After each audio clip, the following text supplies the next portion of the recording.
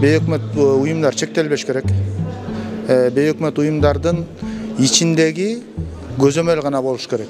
Биз мамлекетпиз да, мыйзамдуу мамлекетпиз да. Ошол мыйзамдын негизинде көзөмөл бар бүгүнкү күнгө. Ошол көзөмөл менен гана көзөмөлдөнүш керек. Бейөкмөт уюмдарды биз чектегенге болбойт.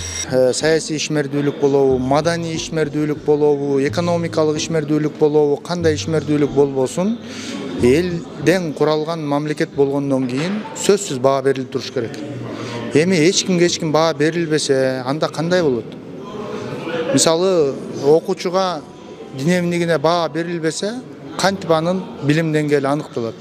Бүгүнкү күндө ар бир тармактардагы ишмердүүлүк канчалык деңгээлде жазалып атканы со стороны, мисалы, сырттан көз караш менен карап тургандарга дагы көрүнөт да. Биз буга эч кандай чычалабашыбыз керек, арданбашыбыз керек. Ошолор кандай баасын туура